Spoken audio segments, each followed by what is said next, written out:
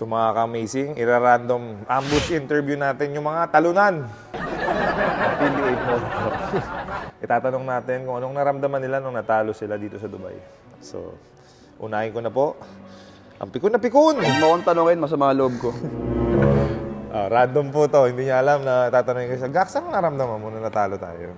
Siyempre, nakakahiya, talo tayo. Ngayon lang tayo natalo sa out of the country. Ikaw ba naman, oh, di ba? Ako, Tapos yun lang yung kalaban natin. Sa totoo lang, parang, di ba?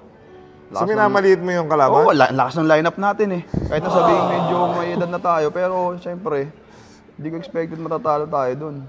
Ito nga sabi ko sa'yo dati. Totoo, malakas tayo. Malakas yung katawan natin. Pero may speed ba tayo? Hindi, anong nangyari lang kasi, parang masyado tayong nag-ano doon sa iPhone 14 na yan.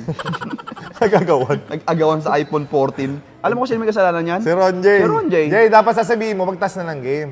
Nakakasira yun ng ano eh. Ayun, nagbuhayahan. Hindi itong- ako nakatira ng second half eh. Itong kalaban natin, yung nakausap ko si Olegario, pagpatayan daw talaga siya dahil wala siyang phone. Oligario nga, nagsabi siya sa akin na yung phone na hawak niya ngayon, ibibigay niya sa anak niya. Dahil walang cellphone. Ngayon may bago siyang iPhone. Ngayon may bago siyang iPhone 14. Yun naman ang gagamitin. Kaya pala talaga pag tumba niya, takbo, basag, tumba, bukol, lahat. Ito ang sinasabi ko nung start pa lang ng mga ginagawa natin na to. Hinahanap ko talaga yung mga katalo sa atin. Dahil ibig sabihin, they work hard. Nag-persevere sila, may strategy sila, ginamit nila yung lakas ng, yung puso, yung determination. Natalan talaga tayo sa ano. Hindi, talo tayo sa heart. Wala There's no doubt. Depensa sa transition eh. Hindi ka na Tumatakbo iniwala. sila. Teka, hindi ka na iniwala may heart yung mga bata. Oo naman, lahat. Siyempre, ganyan talaga basketball. Kailangan may heart ka para manalo.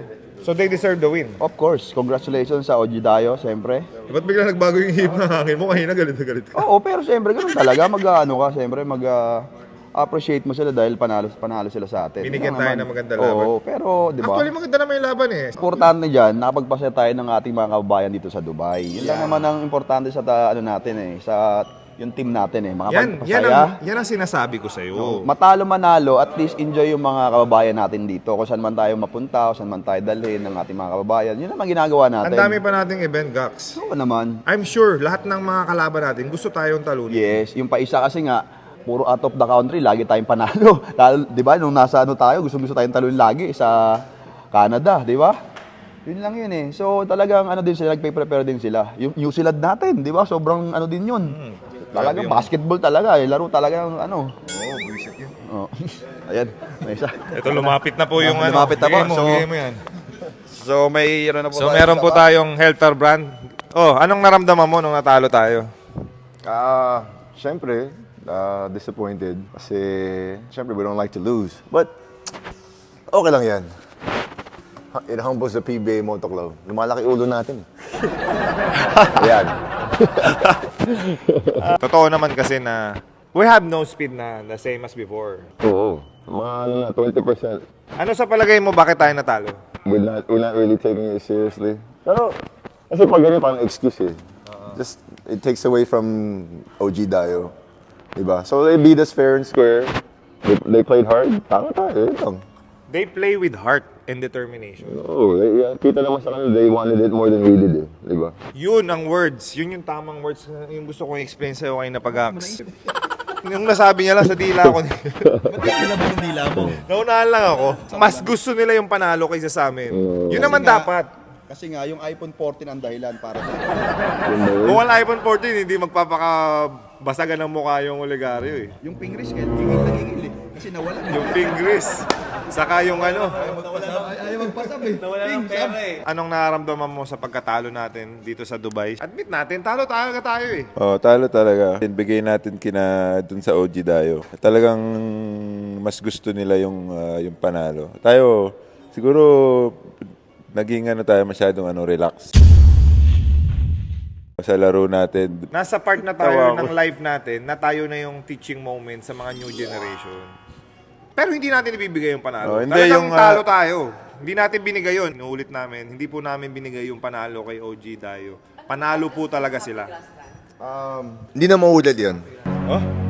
Telling you guys. Last na yan. Kasi, every time we lose, ang daming, di ba? Daming Ayoko yung bashers. ganun. Daming bashers. Hindi mawawala yung mga talo, gano'n. Pero yun na nga, sabi nga ni JJ, di ba, last na yun. I agree. So, OG Dayo? Hindi na yan? hindi na pwedeng gano'n, no. Kahit yung crowd na boboard na kasi lamang tayo malaki. Hayaan natin.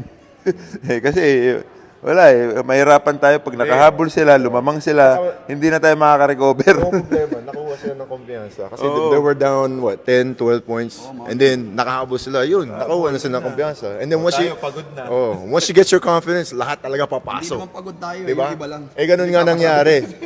When we needed a stop, bro, sila Belches. Tayo chill lang eh. Sila, bro, lahat ng 3 points sila pumasok. Last second pa. If natalo tayo, yung kalaban mismo ang gusto ng part 2. Sila mismo nag-request, Kuya Rico, baka may part 2. Gusto pa rin namin. Tsaka alam mo, bro, lahat So, ng... ito part 2. Magsasabihin ko na sa'yo. Oh. Ito, papakita natin kung paano talaga yung may practice na, may strategy na tayo. Yung gagawin lang natin sa game na mga plays. Wala tayong plays eh. Mananalo naman tayo basta wag ka lang. Yun nga. Sila lang yung talagang tamalo sa atin. As Sino? in, sila, OG Dayo. You think so? Yan ang masasabi ko na talo tayo talaga. Katanggap-tanggap. Deserve talaga nila yun. Sige, tatanungin ko yung mga OG Dayo. OG Dayo, good job guys. Keep it up. Pero next time, huwag nyo na mag-expect mananalo kayo. Anong naramdaman mo nung natalo tayo? Nagulat. Kasi lamang tayo all the way eh. Hindi mo in-expect. Yun expect. Siyempre, feeling ko nagkumpiyansa lahat. Nag-relax. Kala easy game. Pero yung mga bata hindi tumigil eh. May iPhone 14. Yun na nga eh. Naano tayo eh. Oo, nagkagulo tayo dun eh. So, okay lang yun eh. Hats off Gano'n kay naman talaga. OG Dayo. Yeah, oo. Yun naman ang maganda sa laro. May nanatatalo, may nananalo.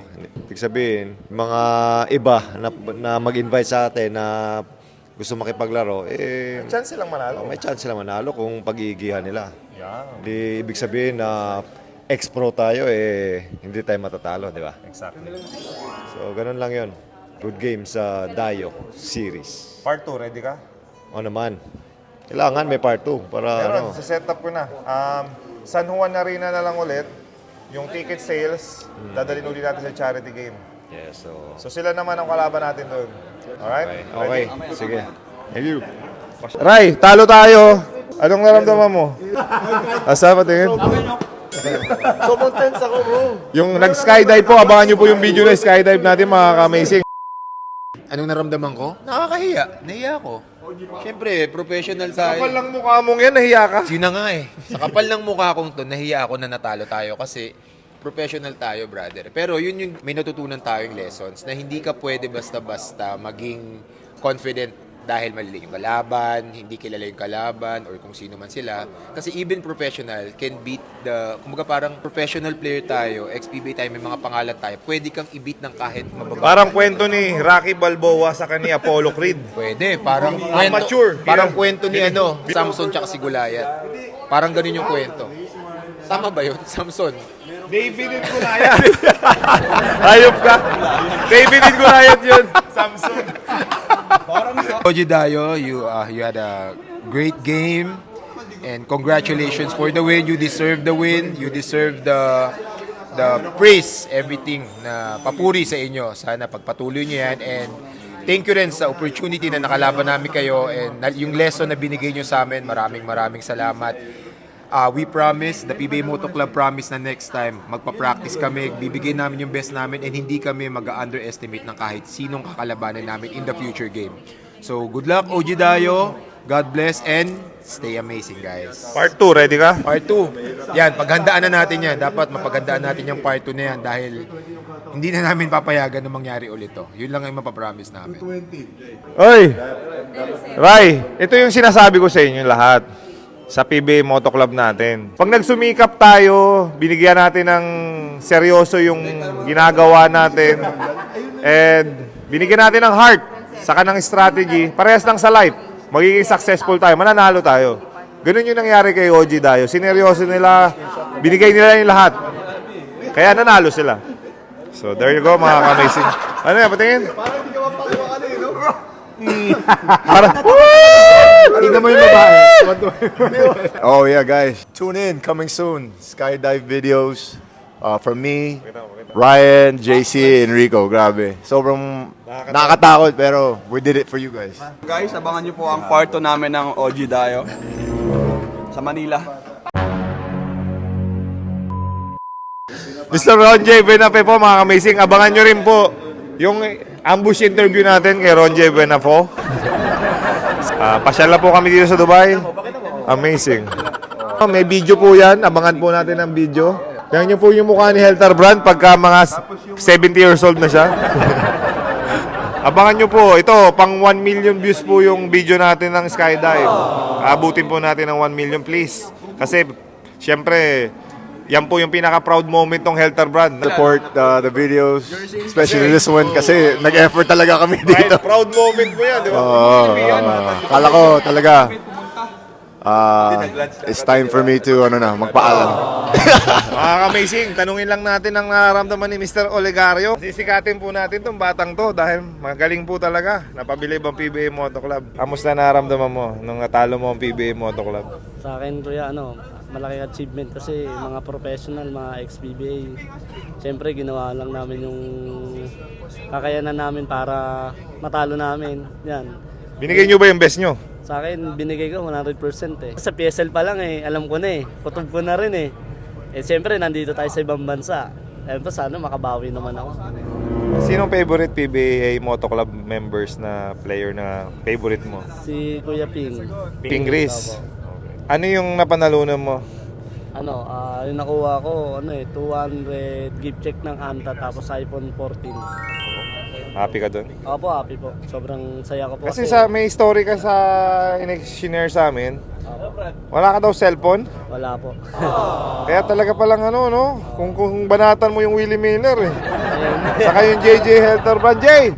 Kaya kung banatan ka nito eh. Wala siyang cellphone eh. Ginagamit mo na ba daw? Ako, ginagamit ko na po. Okay, congratulations sa OJ Dayo. Part 2, ready ka? Part 2. Ba't hindi? Gusto mo? Laban lang. Laban lang ng laban sa buhay, di ba? Yun yung patunay na tinalo nyo yung PBA Moto Club. Fair and square. Tama? Ikaw, brother. Ito rin ang pumatay sa amin eh. Maghahabol kami, tinira kami ng mga 3 points eh. Tama, di ba? Anong naramdaman mo? Natalo mo ang PBA Moto Club? Sobrang po, parang nanalo sa loto. Oh? Siyempre, Ganun mga ka naramdam? ano po kasi, Hey! nung Para daw nanalo sa loto nung tinalo tayo. inaay po kasi namin talaga kayo. Kayo po talaga yung idol sa Pilipinas eh. Well deserved daw kaya sabi ng Helter Brand. So congratulations sa inyo. Ito si Oy, lagi akong tinitira. Nireboundan ako sa likod. Mr. Oy, anong naramdaman mo tinalo mo ang PBA Moto Club? Isang karangalan sa amin na mabigyan namin kayo ng magandang laban. Tapos nanalo pa kayo. Opo. Ready ka ba sa part 2? Pwede po, pwede. Lesson yan sa lahat ng mga super team, hindi lang sa Moto Club, hindi sa PBA, even sa NBA, na kahit na all-star yung kalaban nyo, kaya kayong talunin ng mga to. Yan sila. Yan. Lalo na yan. Anong height mo, brother?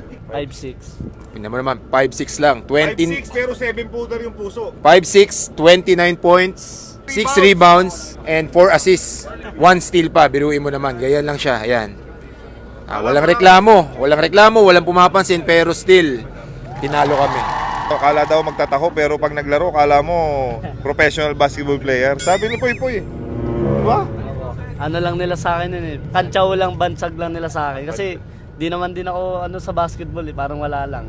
Tapos syempre, pag nasa laro, may puso naman. May puso. Yan ang importante. Ito, tanong mo. Anong naramdaman niya? Baka pa Brother, ikaw. natalo niya ang PBA Moto Club. Ayun po, sobrang saya nung nakalaban rin yung mga idol ko kasi syempre privilege po sa amin na makalaro yung mga pinapanood lang po namin dati.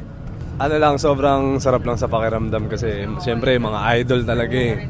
Yung tinitingala naming player nung bata kami nakalaban namin, tapos natalo pa namin. Siyempre kaya namin natalo, binigay namin 100% namin eh. Kaya pala siya, nanalo. Birthday niya. So, regalo na namin sa iyo yung cellphone na yan, ha? Congratulations, ha? Ano din talaga bro, well deserved talaga kasi lalo na pinaghirapan nila tong laron to. Sobrang humble na tong mga to kaya wala rin ako masabi. Congratulations guys. And ipagpatuloy nyo ang paglalaro ng basketball to inspire other people. bagong coach na po tayo. Hindi ang kaliitan or kung ano man. Lucky Manzanas. Wala na po ako trabaho. Yan lang. Wala nang trabaho si Rico. Ako na may hawak kayo ng camera, no? Dax, ikaw! Sama ka ng loob eh. Galit siya sa inyo. Gusto mong kunin yung yung iPhone eh. Ay, napanood niyo yung video, galit diba? Sa totoo lang, yung iPhone yung habol ko dun eh. Kaya lang nakaupo lang ako eh. Yung mga bata pa mismo, sila po mismo nagre-request ng part 2. So, meaning gusto talaga kaming kalaban. Natalo na nga kami, sila pa rin yung gusto lumaban sa amin. So, Coach Yellow, part 2, setup natin. San Juan Arena. Then charity game ulit, no? Nandun ka ba nun? O hindi nakabawi ka na pala sa amin. Kasi tinalo namin kayo nun. Nakabawi. Nabubuga kami sa inyo nakabawi. Sino ang bumugbog sa'yo? Ay, nako gako. Nakaupo lang ako dun eh. Paano ka bubugbugin kung nakaupo lang? Baka napapunta ka sa bench. Tapos sa bench namin, Kami namin yung 20 kami, nakaupo lang ako dun.